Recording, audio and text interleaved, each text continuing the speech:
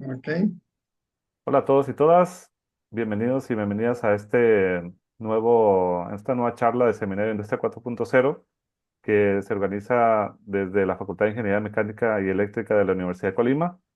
En esta ocasión vamos a tener la charla del doctor Jesús Alberto Verduzco Ramírez, denominada Innovación Tecnológica para la Automatización del Monitoreo de la Calidad de Agua en Granjas de Cultivo Acuícola.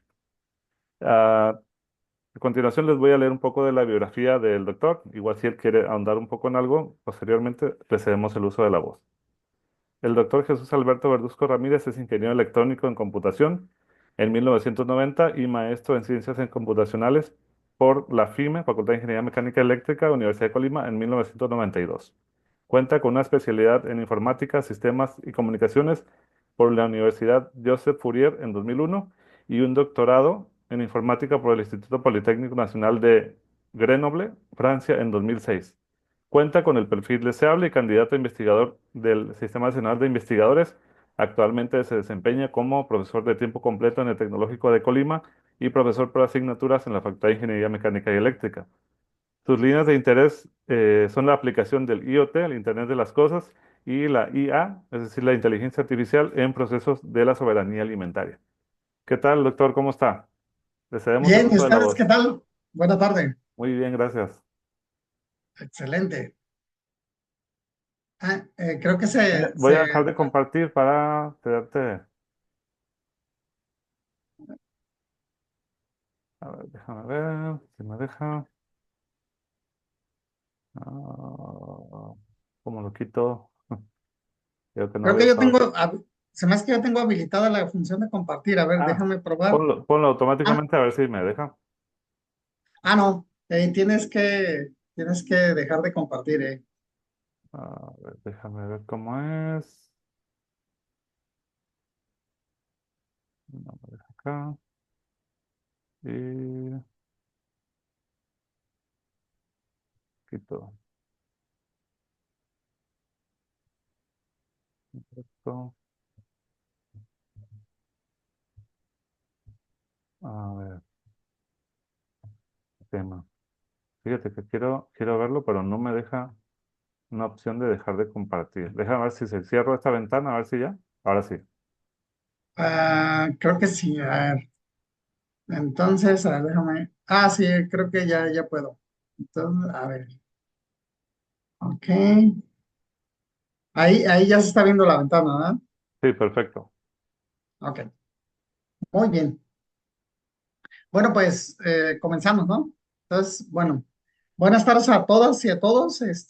Pues, como ya lo comentó el doctor Fermín, pues mi nombre es Jesús Alberto Verduzco Ramírez. Yo también trabajo aquí en la Universidad de Colima como profesor por asignaturas. Y el día de hoy, pues, voy a platicar sobre las experiencias que hemos tenido en el desarrollo de prototipos que van orientados a la automatización del monitoreo de la calidad del agua en las granjas de cultivo acuícola. La idea es, pues, platicarles las vivencias, más que una charla técnica, pues trataré de transmitirles las experiencias que hemos encontrado, las dificultades y algunos casos de éxito que hemos logrado. Bueno, pues aquí está digamos, la agenda del día. Vamos a platicar del contexto del problema, cuál es la problemática que nosotros intentamos atender y bueno, la parte de lo que es la metodología, ¿no? De esta parte, donde vamos a mostrar un poco de la historia del desarrollo. Bueno, vámonos al contexto. Eh, nosotros, actualmente uno de los ejes importantes digamos, del CONACYT, es el PRONACES, lo que le llaman la soberanía alimentaria. Eso quiere decir que si desarrollamos un proyecto orientado al sector de la producción alimentaria, pues tendrá muchas posibilidades de ser aceptado y financiado, porque es un eje prioritario y también que se enmarca pues con lo de la Agenda 2030 que marca la ONU, ¿no? De cero hambre.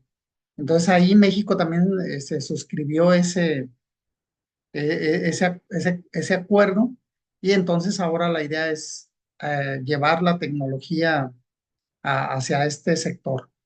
Les comento que es un sector realmente con muchas necesidades de la aplicación de tecnología. O sea, es un área de oportunidad muy, muy grande.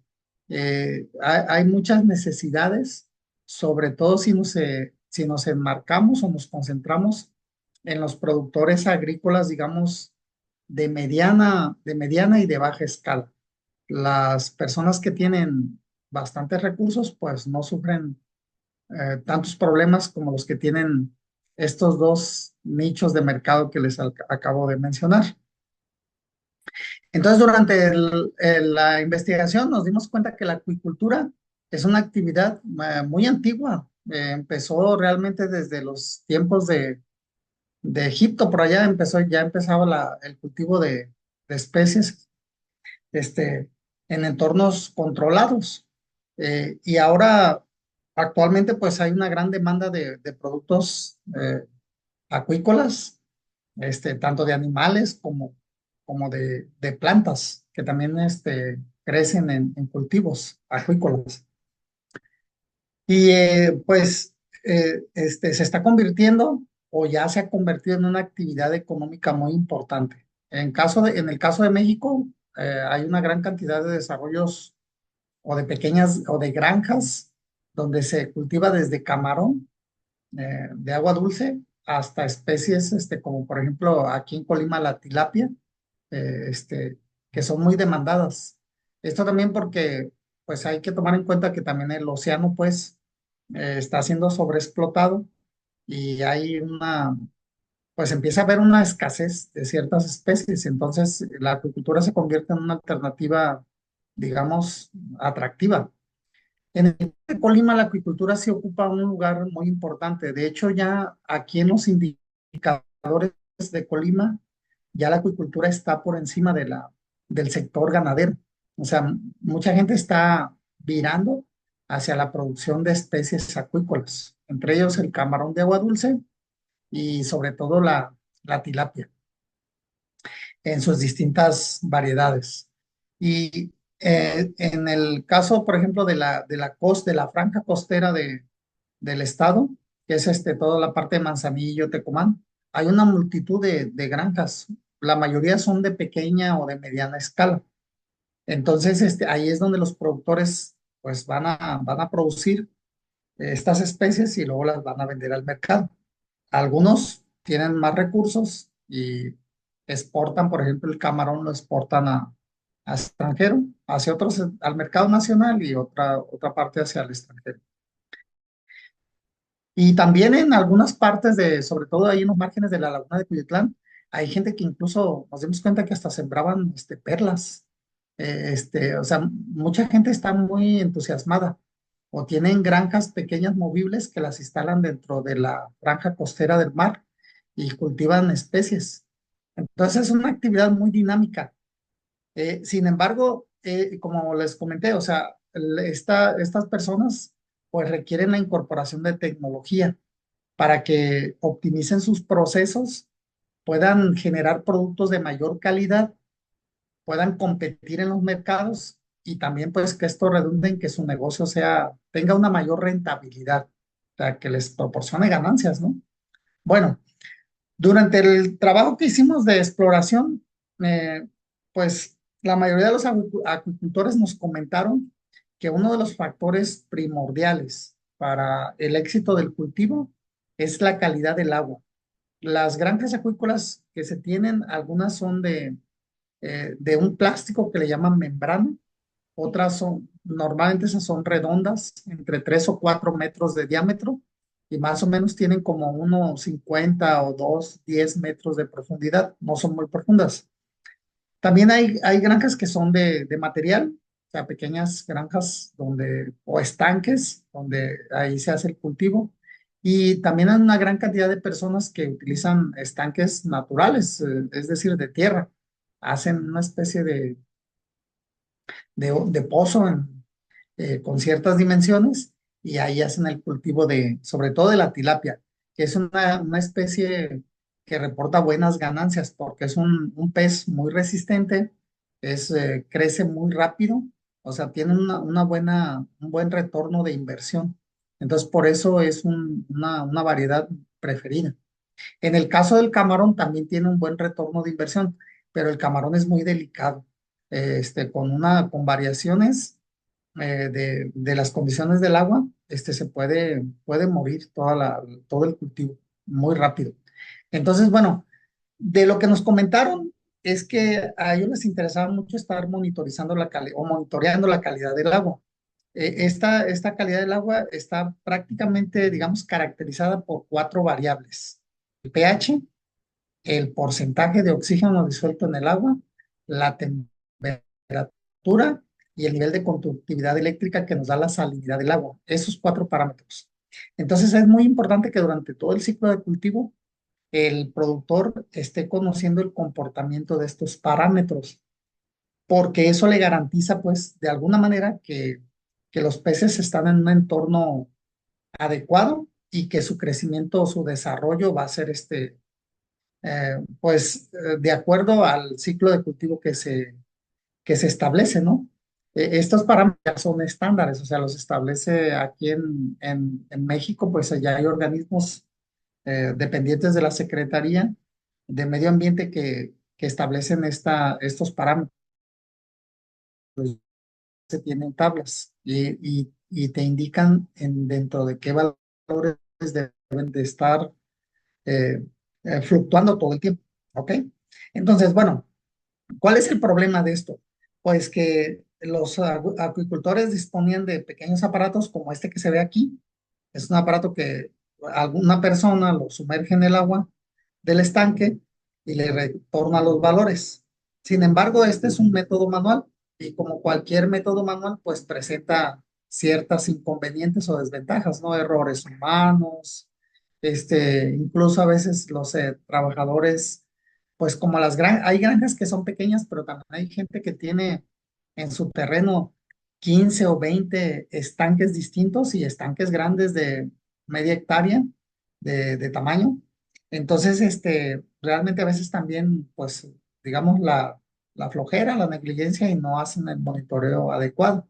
Y entonces se omiten muchos valores.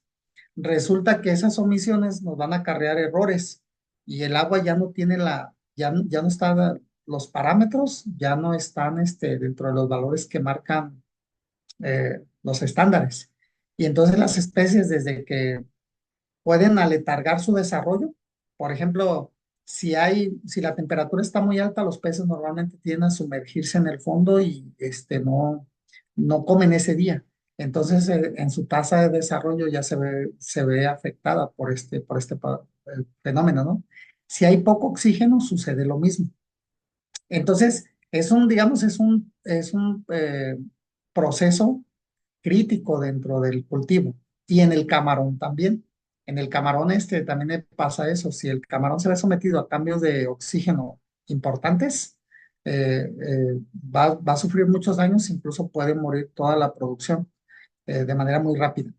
Hay otro factor importante que está relacionado con esto que les platico, es el hecho de que si los valores de estos parámetros están fluctuando de manera muy importante, entonces los animalitos no comen. Entonces las personas siguen alimentándolos manualmente, van y les arrojan los pellets de alimento.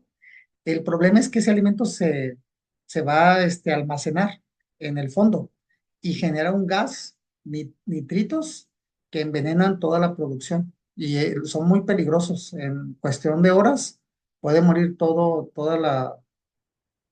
los peces que habitan en un estanque. Y en el camarón todavía es mucho más delicado esa parte. Bueno, entonces nos dimos cuenta pues que había ese problema. Ahí está el medidor multiparamétrico, pero es un proceso manual. Entonces lo que nosotros hicimos pues es, como dice el principio de calidad, primero pues hay que identificar y luego igualar a alguien. Hicimos este dispositivo portátil que ustedes lo ven aquí, con sus cuatro sensores, que trataba de sustituir al dispositivo multiparamétrico. ¿Cuáles eran las ventajas de este dispositivo? Pues que tenía un costo, o sea, su costo de adquisición y de mantenimiento era mucho más bajo que el medidor multiparamétrico que tenían los acuicultores. Mientras el medidor multiparamétrico llegaba a costar más de 100,000 pesos, este, usando tecnología realmente de casa, se hizo y salió en menos de 20,000 pesos. El costo lo alto lo hacen los sensores, que son de precisión. Y realmente la electrónica, pues es algo realmente eh, de, de Arduino, o sea, son tarjetas realmente pues de muy bajo costo y fácilmente encontrables y sustituibles. Esa parte que yo les platico es muy importante tomarla en cuenta porque a veces uno se va por la tecnología más costosa que viene del extranjero, entonces a lo mejor el costo de adquisición es bajo, pero el costo de mantenimiento en caso de fallas o sustitución de componentes va a ser muy caro. Y para el productor que tiene recursos, digamos, limitados, eso le va a limitar el acceso a esta tecnología. Entonces es muy importante que hagamos un costo-beneficio y aunque nos vayamos por una tecnología que realmente todo el mundo tiene y que hasta los niños la programan, pero si es funcional y economiza costos, que es lo que tendremos que buscar. Entonces, con eso el productor tiene acceso a una tecnología que le va a permitir, como dije, optimizar este proceso, ¿no? Bueno, pues ya encaminados con el, digamos, éxito que tuvimos con nos dimos cuenta que podíamos automatizar el proceso y entonces generamos este dispositivo que está aquí a su derecha. Este ya lo montamos en un poste dentro de un estanque a todo el tiempo estaba leyendo los parámetros y los publicaba a través de comunicaciones, de si vía una computadora o si la granja tenía internet, pues lo podíamos subir al internet y el productor tenía toda la información. También el biólogo y el ingeniero, el biólogo tenía la información para estar aplicando medidas correctivas o tomando decisiones informadas. Este sistema también funcionó muy bien. Aquí arriba tiene su pequeña celdita solar que le da su autonomía energética. Aquí está la electrónica simple de los sensores y las ondas que se sumergían en el agua. Lo protegimos. Esta carcasa que se diseñó con 3D, impresora, pues estaba preparada incluso para los insectos, como ya estamos en un entorno a la intemperie, pues vamos a tener cambios de temperatura, un rocío muy importante, insectos que intentan ingresar y bueno, entonces toda esa parte y el calor también, ¿no? En la noche, cambios de temperatura drásticos digamos, en la noche, en la madrugada y digamos por ahí de las 3 de la tarde y sobre todo en la costa. Funcionó muy bien, estuvo trabajando en unas granjas que colocamos, que usamos como pruebas pilotos en los márgenes de la laguna de Cuyotlán. Sí, estuvo adecuado y bueno, ahí se tiene ese dispositivo todavía. Ahora, ya analizando un poco más el problema, nos dimos cuenta de que estas estaciones fijas de monitoreo, estas como estas, son estaciones fijas. Sin embargo, o sea, en estanques pequeños, digamos de 3 metros, la variación de los parámetros no es significativa. Quiere decir que si medimos la temperatura en un solo punto, pues realmente hay una diferencia muy pequeña. Pero si hablamos, por ejemplo, aquí en esta foto que está aquí del estanque, tenemos ya comportamientos totalmente distintos. Entonces, nos dimos cuenta que las estaciones fijas no son una opción, o sea, tienen su desventaja, porque estamos adquiriendo los valores en un solo punto. Pero como comentamos, el oxígeno, sobre todo el oxígeno y la temperatura, bueno, el pH también es crítico, tienen variaciones importantes y entonces a veces en los estanques veías que los peces o los camarones se agrupaban en un punto, pero es porque las condiciones son diferentes en los lugares y en un lado puede haber muy poco oxígeno por el modelo de difusión del oxígeno en el agua y entonces esa parte no la conocíamos, no nos la reportaba el esquema que tenemos de un medidor fijo en un solo punto. La solución es que pusiéramos un medidor fijo en cada rectángulo, en cada sección, pero eso incrementaba los costos y es lo que estamos queriendo evitar, ¿no? Entonces, por ahí se nos ocurrió utilizar un dron Ya digamos que dimos el salto, pensando en que con un dron nosotros podríamos hacer ese monitoreo. Digamos, una granja con un solo dron podría atender el monitoreo de las diferentes secciones, estableciéndole rutas, etcétera. Entonces, bueno, nos pusimos a trabajar. Aquí en esta, digamos, es la big picture de la solución. Aquí tenemos el monitoreo, el dron equipado con sus sensores, una cámara también para estar adquiriendo las imágenes. Tenemos un control de vuelo, la comunicación del dron, la publicación y este módulo de calendarización que sí resultó muy atractivo, al menos en la idea. Se supone que entonces el calendarizador era una aplicación de escritorio o web, donde el productor decía, bueno, voy a planear el recorrido de las rutas del dron durante toda la semana. Y ya dice, bueno, el estanque 5 es el que me está reportando más variaciones de los parámetros.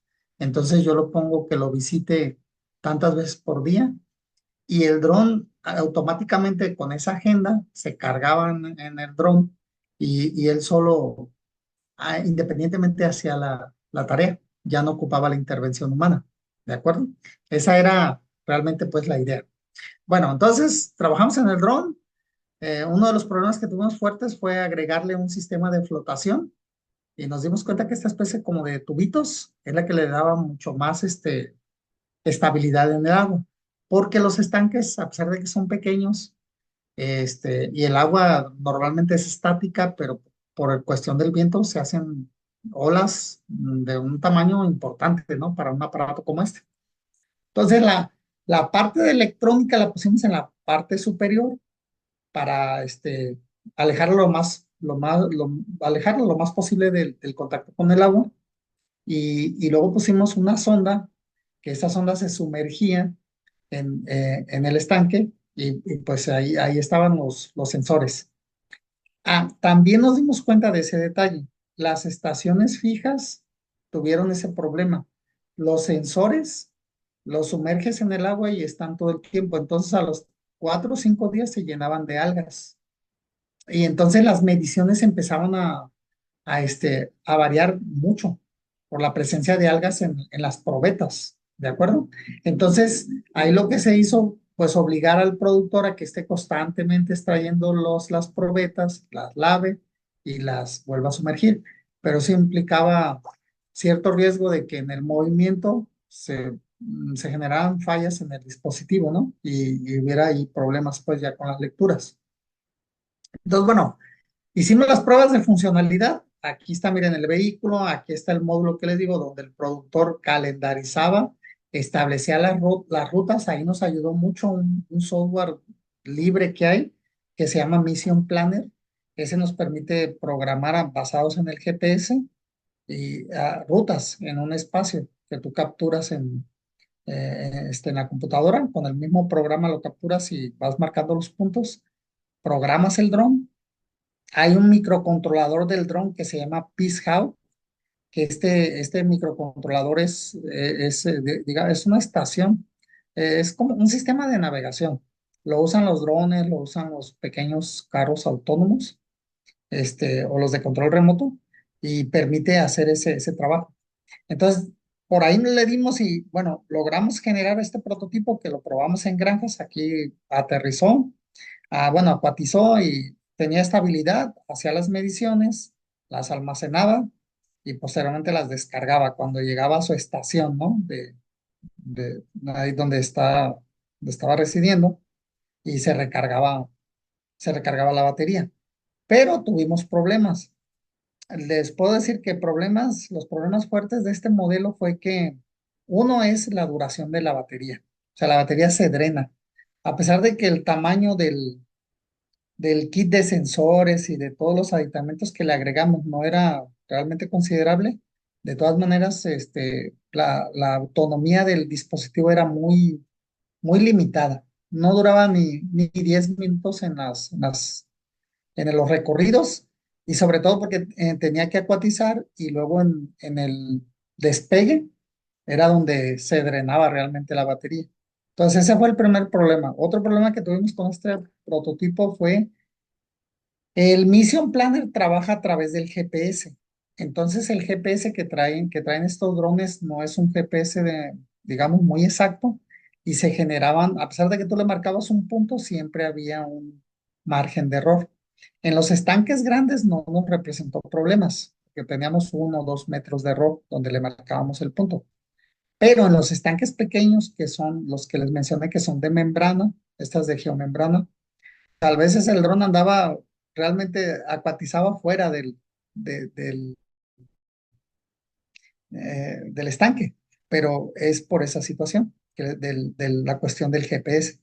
Entonces, bueno, lo que intentamos ahí, ya en un momento dado, para subsanar esa problemática fue implementar una red neuronal con la cámara para reconocer, ayudarle, o sea, que el GPS fuera como un posicionamiento, digamos, global y la red neuronal con la cámara fuera un posicionamiento interno para ubicar tanto el estanque como las diferentes secciones del estanque. Pero esa parte hasta ahí terminó.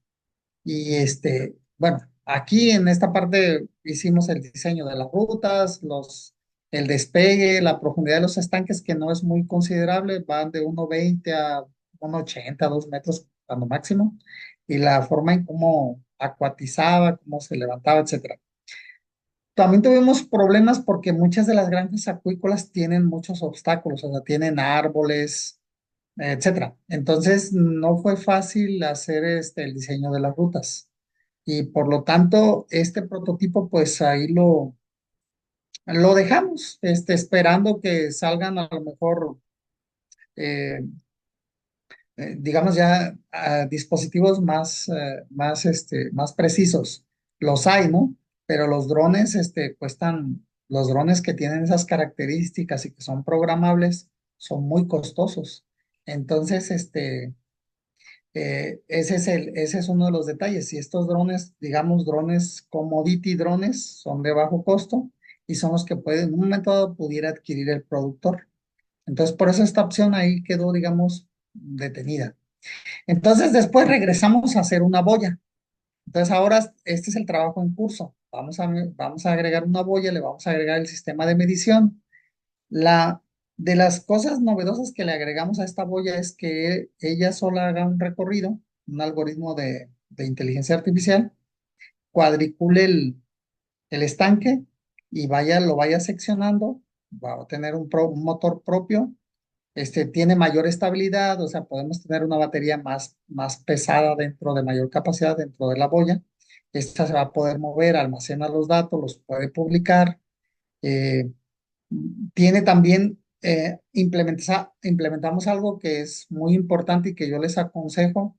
Uno de los grandes problemas de la transferencia de tecnología, o sea, cuando los tecnólogos desarrollamos dispositivos, nos preocupamos mucho digamos, por la tecnología, por generar soluciones tecnológicamente eficientes, económicas, etcétera. Pero hay una parte que sí está un poco, pues digamos, descuidada o oscura en este proceso. La tecnología va a ser utilizada por usuarios y usuarios con cierto perfil en el uso de la tecnología, ¿no? Sin ser peyorativo. Entonces, en el caso de la calidad del agua, nosotros ya se fijaron que nosotros imprimíamos en las pantallas concentraciones, valores numéricos, pero eso complicaba mucho la interpretación. Si estaba el biólogo, pero si no él lo estaba, pues las personas veían números y entre que se confundían con los rangos, eso les complicaba mucho interpretar la calidad del agua. Entonces, mediante un módulo de lógica difusa, sacamos la información hacia un semáforo, que lo denominamos semáforo de calidad del agua. Entonces, ahora tenemos solamente 3 colores. Si el agua tiene problemas, vamos a imprimir en amarillo, y si todo está bien, en verde. Y eso a los productores donde probamos este dispositivo les gustó mucho porque incluso a una persona, hasta un adolescente, un niño, lo podrían dejar a cargo de estar vigilando en cada estanque, poner un semáforo y en la noche incluso que estuviera visible el monitoreo de la calidad del agua. Esa fue una de las pequeñas, digamos, mejoras que hizo a la transferencia de este dispositivo, ¿no? De este dispositivo. Aquí en estas diapositivas yo les muestro, pues la parte del desarrollo, ¿no? Cómo incorporamos los sensores. Ahora ya, ya usamos un micro un poco más avanzado, que es el SP32, que trae más funcionalidades. En 3D ya los incluimos en este pequeño, digamos, dispositivo donde van insertados para mayor seguridad y la este dispositivo y luego lo eleva este, para evitar lo de las algas. Y también están a una distancia porque descubrimos que los sensores se intervenían en ellos. Si los habilitábamos todos a las lecturas, la radiación en el agua o algún fenómeno nos daba lecturas incorrectas. Entonces, descubrimos que hay que irlos habilitando de manera secuencial, uno a uno. Y este diseño ayudó mucho también para la protección. Un módulo de tarjeta de micro SD para estar grabando toda la información y después aplicar ciencia de datos. También agregamos un módulo de tiempo real para guardar la lectura en la fecha y en la hora que se realizó. Bueno, también le agregamos un sistema de un panel solar para la autonomía energética.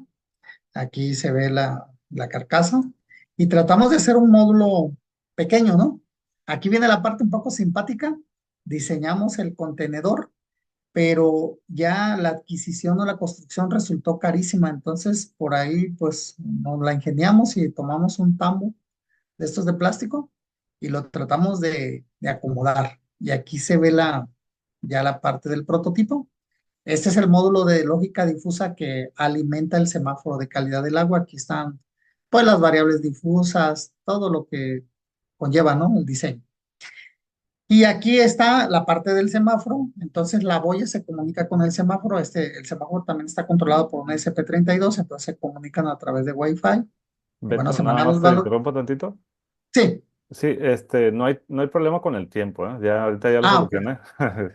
Listo, Bueno, sale. yo que ya estaba un poco acelerado. Muy Sí, bien. porque vi que ya te Entonces, estabas apurando. Tú ok. tranquilo. Muy bien. Entonces, aquí está la parte del semáforo y luego colocamos esta especie aquí ya, donde se visualiza la información y agregamos esta pantalla también para que, digamos que este semáforo está orientado a las personas que no se involucran mucho en el conocimiento de los parámetros técnicos, pero un biólogo, aparte de ver el semáforo, también le interesa ver los rangos de esos parámetros. Entonces se colocaron las dos salidas. Y bueno, aquí ya aparece toda la parte del diseño, etcétera. Aquí están los algoritmos que aplicamos. Y aquí, finalmente, aquí a su derecha está el pequeño monstruito que hicimos. Miren, así como quedó. Entonces, digamos que es un prototipo de baja fidelidad, pero aún así nos aventamos a probarlo, tratando de que fuera del nivel 5 en la, en la escala de la NASA, ¿no? De la madurez tecnológica de los TRL famosos. Ahí, entonces lo llevamos a una granja, lo desplegamos aquí hay un parque ecoturístico cerca de Colima que tiene pequeños estanques, aquí se ven, y aquí lo pusimos a trabajar, ahí lo dejamos trabajando y trabajó, digamos, de manera satisfactoria, o sea, los resultados fueron buenos. Publicamos la información de manera local y también subimos la información a una nube de IoT. Entonces, aquí de manera remota podríamos estar viendo el comportamiento de los parámetros del agua. Y también por ahí le agregamos alguna alarma, un sistema de notificaciones para que el productor recibiera en su teléfono un mensaje si alguno de los parámetros críticos, como es, por ejemplo, el oxígeno, está fuera de rango, pues que él reciba un mensaje para que tome las decisiones oportunas, ¿no? O las medidas oportunas. Y bueno, esa es la parte, hasta aquí llegamos con esta parte de esta boya. Entonces, ahora lo que estamos haciendo, bueno, vamos a reducir el tamaño y lo que se viene a continuación es que basado en este modelo de baja fidelidad, pues se hagan pequeñas boyas pequeñitas y que estén publicando la información, digamos, como una red de sensores un poco esa es la idea. Y el dron lo seguiremos utilizando para reconocer este, la actividad. El dron con la cámara estaría adquiriendo las imágenes de los estanques y ahí estaremos viendo la actividad de los peces. Y esa actividad, o de los camarones, eh, está relacionada con la cantidad de alimento que requieren. Para recuerden el problema que les mencioné, que si le agregamos mucho alimento al estanque, en el fondo se va a acumular. Entonces nos va a generar muchos gases que ponen en riesgo muy alto al cultivo. Entonces, lo que les gustó mucho fue esa parte que yo les menciono y que les quiero resaltar, es lo de la transferencia tecnológica que normalmente a veces se rechaza ya en la realidad, digamos en el campo real, porque no les construimos interfaces de interacción a los usuarios que van a utilizar la tecnología. Y el caso del semáforo les gustó mucho porque ahora sí, pues los trabajadores los capacitaron, ¿no? Ya les indicaron: "Miren, cuando vean algo rojo, menciónenle al encargado, menciónenle al biólogo, este, quiere decir que hay un problema en el estanque".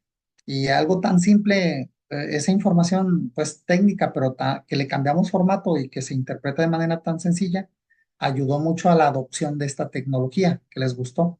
Entonces esa parte sería como mi sugerencia o consejo cuando al desarrollar un prototipo tecnológico, un dispositivo tecnológico, entonces hay que pensar qué implica la transferencia tecnológica con los usuarios y tratar de acoplarle los sistemas, las interfaces de los sistemas, pues digamos, a su perfil, ¿no? De uso. Es un reto importante.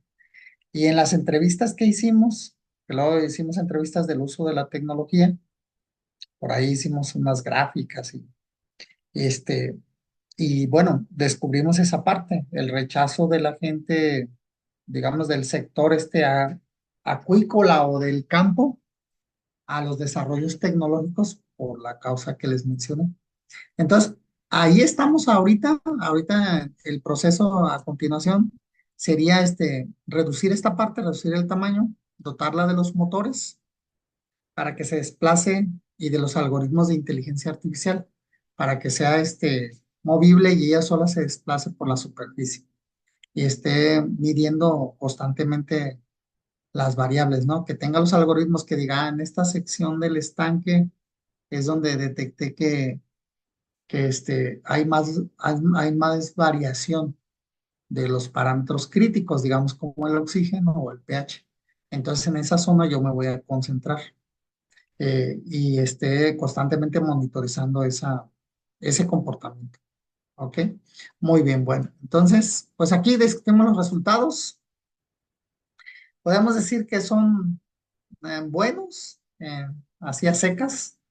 Sin embargo, los dispositivos que hemos desarrollado, pues hay una dependencia climática. Hay que ver qué va a suceder en una lluvia, qué pasaría con la boya o con el dron.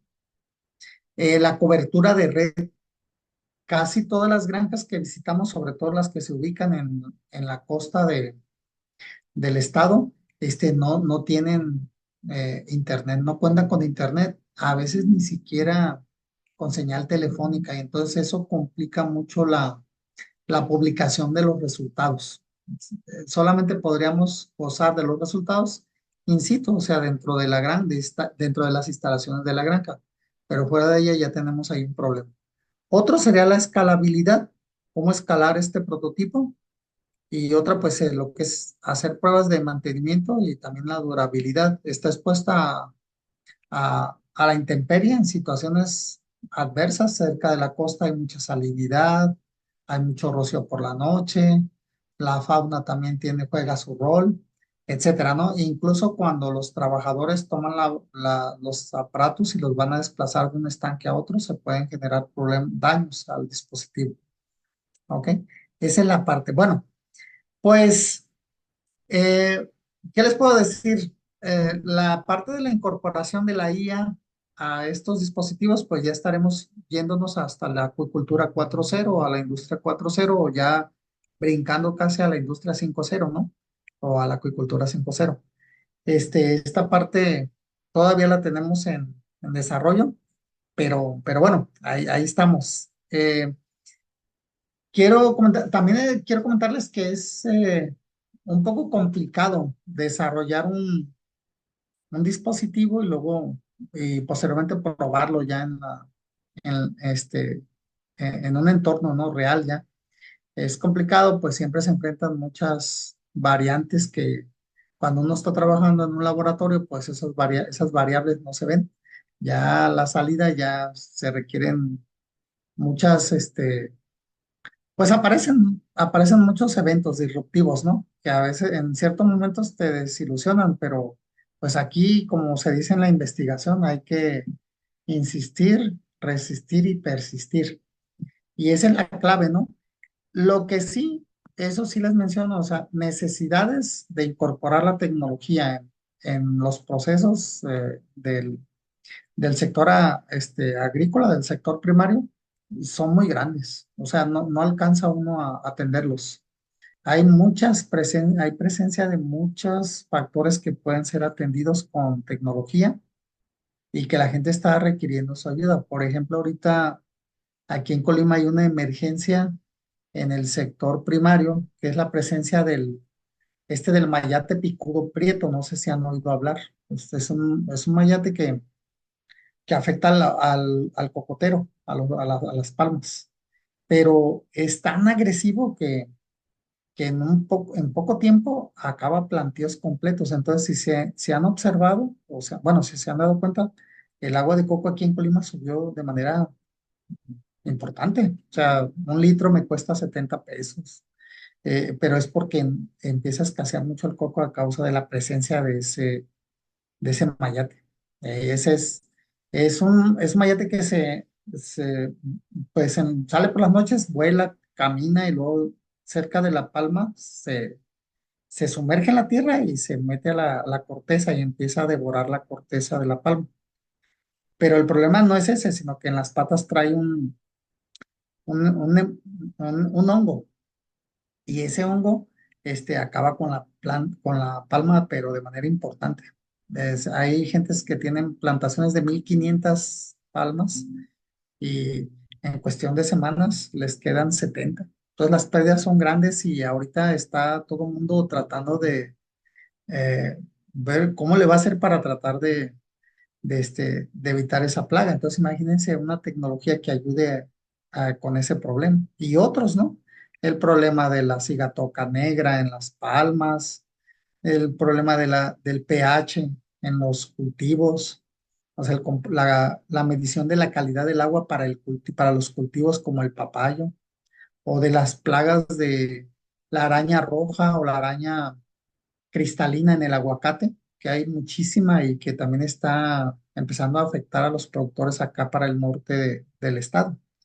Entonces, bueno, yo realmente les agradezco mucho su atención y los invito de manera, digamos, fraterna para que encaren un problema de estos y le trabajen, y si se encuentran resultados ah, este, que te dan satisfacción, ¿no? Y también te permiten, pues, hacer tus publicaciones, acrecentar tu CV. Bueno, eso es lo que les quería mencionar. Si tienen alguna pregunta, con todo gusto. Muchas gracias, doctor Beto. Sí, Entonces, ahí vamos a revisar si hay algunas preguntas en el chat. Por ahí claro. comenta, Tomás Adalberto comenta si el proyecto se podría aplicar en algún campo diferente a la agricultura, dice. No sé, ¿refiere El del dron específicamente? o el de la boya.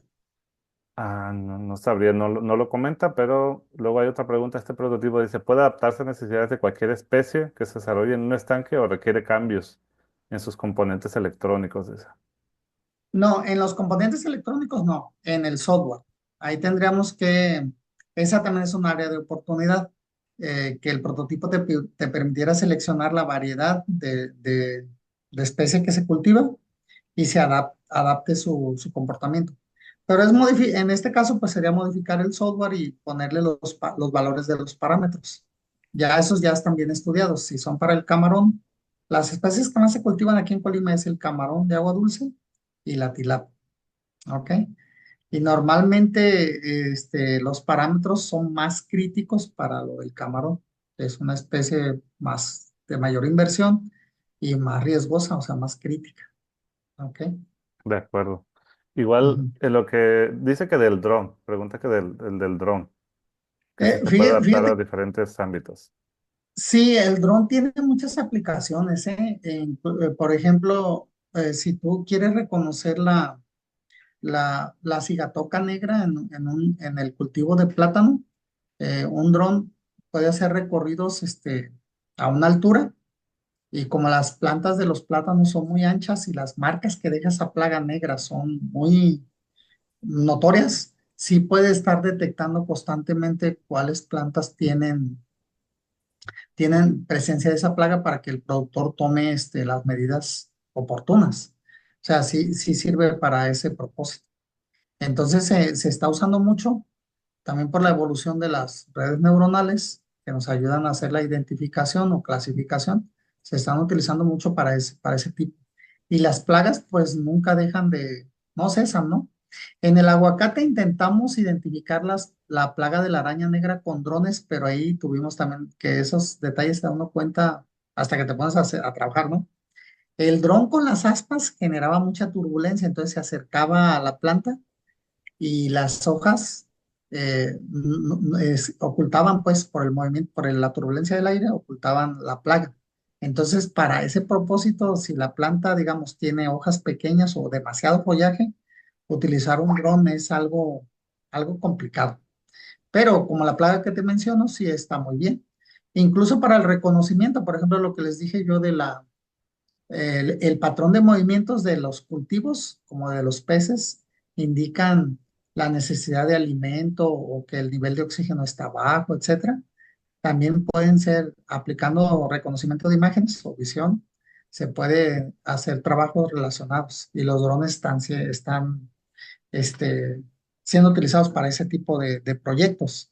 Esperemos que bajen sus costos y que la duración, sobre todo la autonomía, ¿no? Energética, se incremente. Ese es el talón de Aquiles de este tipo de dispositivos.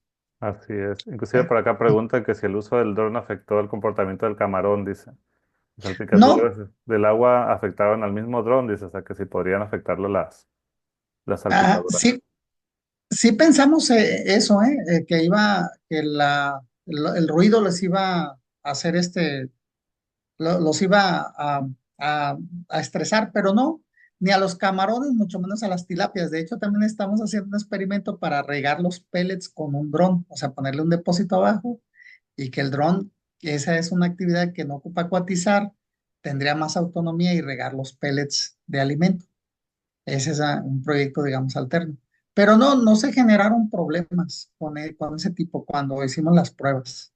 Por acá yo había notado, no sé si podrías comentarnos cómo le hace uno para cumplir con ciertas normativas, ¿no? Por ejemplo, para el tema de las mediciones y todo eso, para saber si tus mediciones realmente están dentro de los parámetros adecuados. ¿Hicieron Ok. ahí comparativas o cómo? Sí, hay unas tablas que son los estándares que ya publica lo que antes era la secretaría la secretaría, ¿cómo le llamaron? No, que le cambiaron los nombres, pero aquí hay una dirección acuícola, así se denomina, y esa tiene información sobre todas las especies que se cultivan y ya te da los estándares, te dice, mira, el oxígeno para la tilapia debe estar dentro de estos rangos, para el camarón dentro de estos rangos, el pH, y te va dando esa información. Entonces los sensores que usamos son especializados, por eso son muy caros. Hay una marca que se llama Atlas Scientific, los venden en Estados Unidos y sí son muy elevados, pero sí son muy precisos y ya traen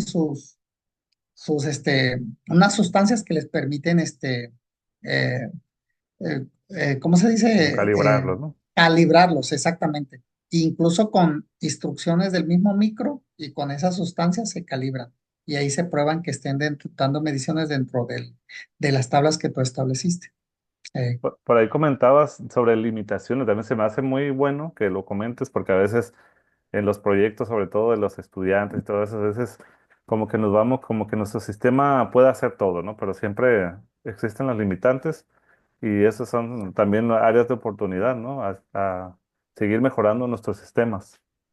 Claro, sí, ya dentro de cuando desarrollamos un proyecto, por ejemplo, en el caso de la tesis de maestría, en la parte de discusión de resultados se convierte en una parte importantísima donde tú tienes que situar tu desarrollo tecnológico exactamente con respecto a otras soluciones, sin minimizar tus resultados, pero tampoco sin extrapolarlos, ¿no? Porque eso te sitúa y también sí, es cierto, te crea, digamos, una visión un poco como triunfalista y no, debe ser muy ecuánime esa interpretación. Y así también nosotros con los dispositivos. Y también porque la gente del campo es crítica, ¿eh? La gente ya no se calla, dice, ah, pero esto aquí falló y entonces hay que estar en constante mejora. Así ¿Ok? es. Ujú. Bueno, y por ahí, nomás por comentar, el tema también de la diversificación de las áreas también, ¿no? No sé si podrías comentarnos, de por sí tú estás en varias áreas, ¿no? Veo que tienes especialidad en el área electrónica, estás en comunicaciones, estás en computación, estás en lo de IA. ¿Qué nos podrías decir al respecto? Porque también entra algo mecánico ahí, ¿no? De lo que desarrollan ustedes. Sí, bueno, miren, yo lo que les puedo comentar que ahora los problemas realmente ya son tan complejos. Antes nos podríamos, digamos, contentar con ser muy expertos en una sola área, pero ahora todos los proyectos van a incluir diferentes disciplinas. Estamos hablando de proyectos interdisciplinarios y hasta multidisciplinarios. Entonces, vamos a tener que tener, digamos, una cultura general, ser especialistas en una disciplina, pero sí tener una cultura general que nos permita, pues, desde conocer, comunicarnos de manera eficiente, eso es muy importante. Comunicarnos, saber integrar todas las tecnologías, saber qué me puede ofertar una tecnología para solucionar un problema y aplicarlo. Esa parte que menciona el doctor es muy importante, entonces hay que tener esa visión global, como alguien dijo por ahí, ante un problema no hay que ver las hojas de los árboles, sino hay que ver el bosque, de acuerdo, o sea, tener esa visión global y observar qué disciplinas me van a otorgar herramientas para poder generar una solución que llene un ecosistema, ¿de acuerdo? En este caso de la bulla, pues ahí se aplica todo o del dron. Entonces, toda esa parte es muy importante. Entonces, hay que tener esa mentalidad y también estar constantemente alfabetizándose en todo lo que involucra la tecnología para que estés enterado y puedas dialogar fácilmente con profesionistas de tu área, con tus colegas y con gente también que no está dentro de tu área. Muy importante lo que nos comenta el doctor. ¿Alguien más quisiera hacer un comentario, alguna pregunta acerca de la charla? Sí, yo tengo dos preguntas. Sí. La Adelante. primera, es referente a la boya, ¿por qué no manda esos datos por fibra óptica? Creo que sería un poco más fácil diciendo, retomando el punto que dijo de que en ciertas zonas no cuentan con internet. He visto proyectos que utilizan un submarino precisamente y por el Ujú. submarino mandan video, mandan telemetría por fibra óptica para poderlo tener en una terminal o en este caso una computadora. Ah, de acuerdo. Sí, pensamos nosotros también en hacer algo parecido y transmitir video. De hecho, a la boya, olvidé por ahí mencionarlo, le vamos a colocar una cámara, porque resulta que llegó una plaga en las tilapias. Es un hongo que se les pone en la piel y luego los tiende a deformar los ojos y parte del cuerpo. Entonces ese hongo pues ya generó problema con ese pez, ya no pasa las reglas de inocuidad y no se puede vender y hay que detectarlo a tiempo. Entonces la boya tendría esa cámara. Con Oh, respecto a la transmisión, nosotros no, de veras, no hicimos esa parte, o sea, no hemos encarado esa parte de transmitir el video. Pensábamos a un momento dado conectar una cámara y estar viendo el fondo para estar revisando lo que yo les dije, la presencia del excremento del pescado mezclado con el alimento que me genere los famosos nitritos y que son muy dañinos. Pero de la transmisión de internet, esa parte sí, nosotros no nos quedamos, o sea, usábamos SMS o usábamos cuando había Wi-Fi, o también hubo por ahí una red que llegó aquí a Colima muy prometedora que se llamaba Sigfox, una red francesa, pero parece que el proyecto se apagó. Y era una red muy económica y te permitía transmitir datos en todo el estado. Entonces, parece que el proyecto quedó, no sé, descontinuado. De la parte de internet, sí, esa parte no de la comunicación no la hemos tocado mucho. Ok, Ok. pero me parece una buena sugerencia. Ujú. Y como segundo punto, dijo la medición de los sensores, al utilizar los podos, implementarlos, generaban ruidos entre ellos. En algún momento, no sé, probaron con aislar cada sensor. Aislar me refiero a ponerle, como el principio de Faraday, poner aluminio o como vienen siendo los cables de Ethernet, los UTP, que vienen con blindaje, para que no interfiera una señal con la otra. O sea, no sé si lo Ajá. hayan visto también. No era en el cable, era en el agua. El sensor se Oh, activaba mm, pues digamos que desprendía una especie de radiación e interfería con el vecino y entonces se generaban datos fuera de valores atípicos, ¿no? Entonces, realmente eso lo hicimos a prueba y error. Empezamos a descubrir que a una distancia ese efecto se atenuaba y luego si los activamos de uno por uno, pues o sea, leemos la temperatura, luego lo desactivamos, luego el pH y así. Entonces con eso evitamos ese problema. Y el problema de los hongos, de las algas, pues no tienen que estar en contacto constante con el agua, sino hay que subirlos. En el caso del dron, eso fue lo que nos llamó la atención, que no estaban en contacto directo con el agua todo el tiempo y evitaba la proliferación de las algas. Y en la boya tenemos un sistema central que lo sube y lo deja aislado el sensor del contacto con el agua. Afortunadamente en la acuicultura las mediciones no tienen que ser en tiempo real. Los acuicultores nos decían con que me leas el oxígeno cada entre 15 y 30 minutos está muy bien. Con eso me doy cuenta de las variaciones. ¿Ok? Muchas gracias por tu participación, Mario. ¿Alguien más que quisiera participar? ¿Algún comentario, alguna duda con el doctor? Aprovechemos este espacio. Yo, tengo una duda. ¿Sí? Sí. Ok. Estaba comentando usted algo sobre las lluvias. Bueno, dice que el sistema no tiene como que conexión a internet, entonces, en el caso de que haya una lluvia, ¿cómo controlan las variables? Es decir, que si aumentó el nivel del agua, si cambió el pH, ¿cómo se darían cuenta? Suponiendo que no hay una persona cerca o siempre hay alguien ahí que está supervisando. Gracias. Sí. Ajá, sí. Los sensores aunque se incremente el volumen del agua, los sensores siguen dando las mediciones, adquiriendo las mediciones sin problema. Lo que traté de mencionar es que nunca habíamos probado los aparatos estos, o sea, la boya va, por ejemplo, en una tormenta, ¿qué sucedería? Eso no lo hemos probado, ni el dron tampoco. Entonces, habría que someterla a ese estrés, a ver qué sucede sobre todo con la electrónica, ¿no? Con el contacto del agua, que la pone en riesgo, y con las olas que se generan al interior de un estanque muy grande, a ver qué es capaz de hacer.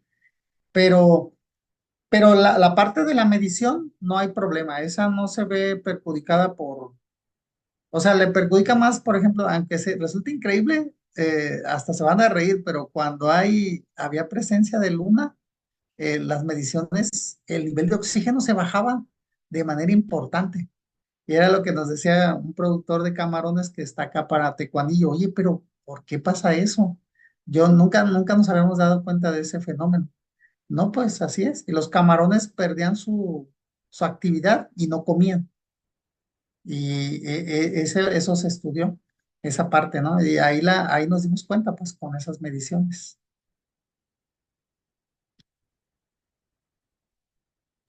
Y Ok, con respecto, gracias. con respecto a la tilapia también se usa, prolifera mucho porque es muy resistente. O sea, esa con niveles de oxígeno muy bajos incluso puede todavía estar sobreviviendo.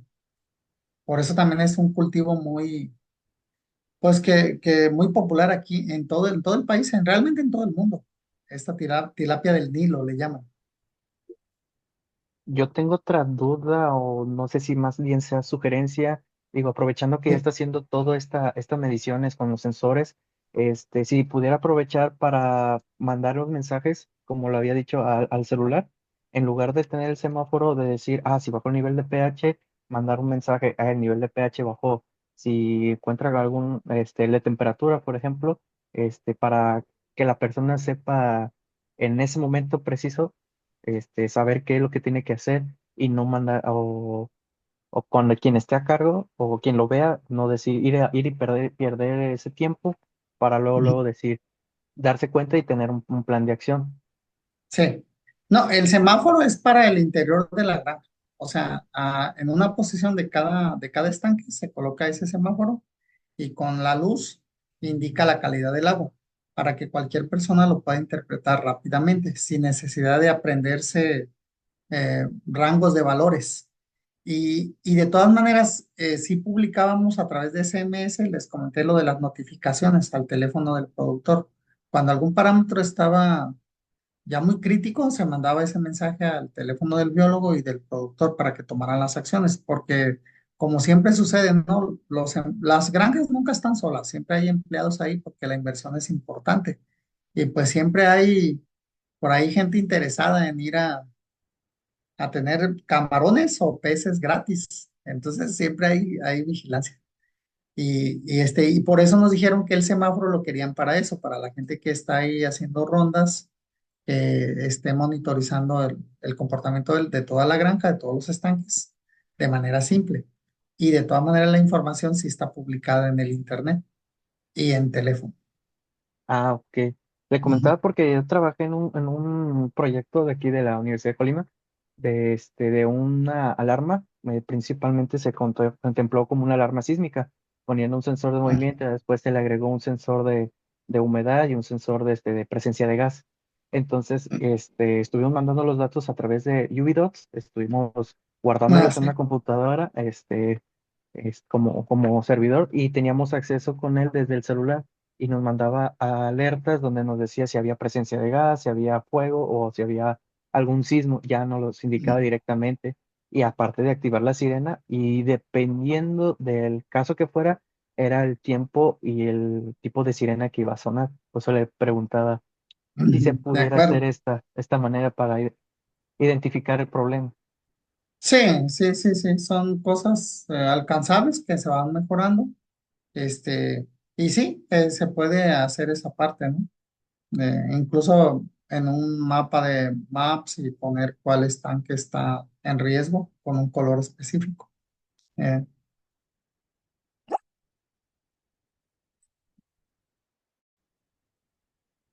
Muchas gracias por su participación a todos. No sé si hay alguien más. Yo creo que vamos a dejar espacio para una pregunta más, si alguien tiene por ahí una duda, para cerrar también y no quitarles demasiado tiempo al doctor. ¿Quieren aprovechar?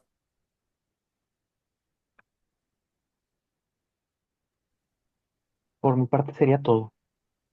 Ok, bueno, de lo que ya habías comentado anteriormente, doctor, el tema de la salinidad y el tema del daño a los dispositivos, porque eso se observa mucho, ¿no? Sobre todo en la costa, ¿no? Hasta los vehículos se dañan, ¿no? Imagínate un dispositivo, sí. ¿revisaron ustedes algún tipo de daño en el tiempo que ustedes estuvieron haciendo las mediciones?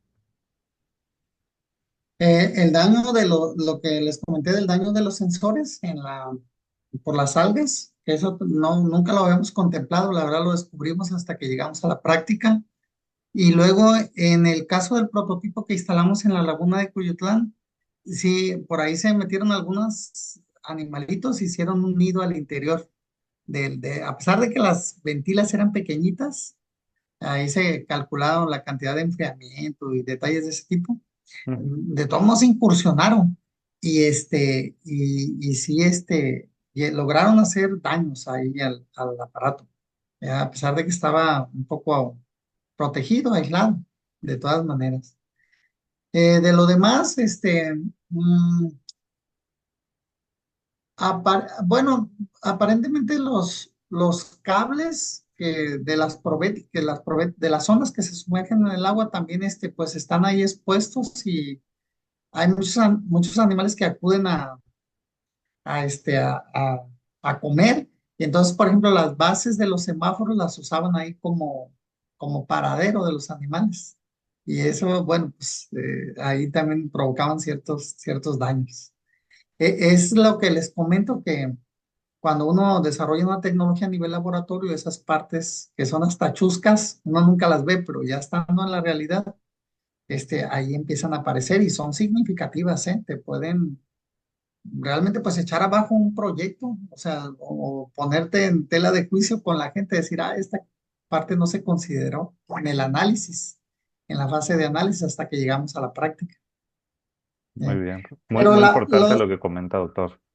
sí, tanto la carcasa como eso sí lo diseñaron con materiales adecuados para la intensidad del sol, o sea, que la costa es muy fuerte, y también para del enfriamiento y la presencia de animales, así escogieron ese tipo de plásticos ya especializados y pintura para recubrir las partes que están expuestas al entorno, ¿no? De la salinidad. Muy interesante. Pues como dices, son cosas que normalmente no consideramos en el laboratorio, pero también eso no requeriría algún tipo de plan de mantenimiento de los dispositivos, por ejemplo, a la hora de implementarlos, ¿ah? Sí, esa parte, sí tiene que ser necesaria. Yo creo que se instalan en el ciclo de cultivo. Normalmente no es tan largo el ciclo de cultivo, va como de noviembre ahorita abril, ahorita todo el mundo ya está casi preparando la cosecha para vender. Entonces, pueden desmontarse, darles un mantenimiento y volverlos a instalar cuando inicie la temporada. Esa parte sí es muy importante considerarla. Y pues establecer los convenios. También a veces es complicado abrirse el canal con la gente del sector productivo. Hay mucha desconfianza. También eso olvidé comentarles. Piensan ellos que uno va porque vas a cobrarles o porque dicen, te vas a llevar unos kilos de camarones.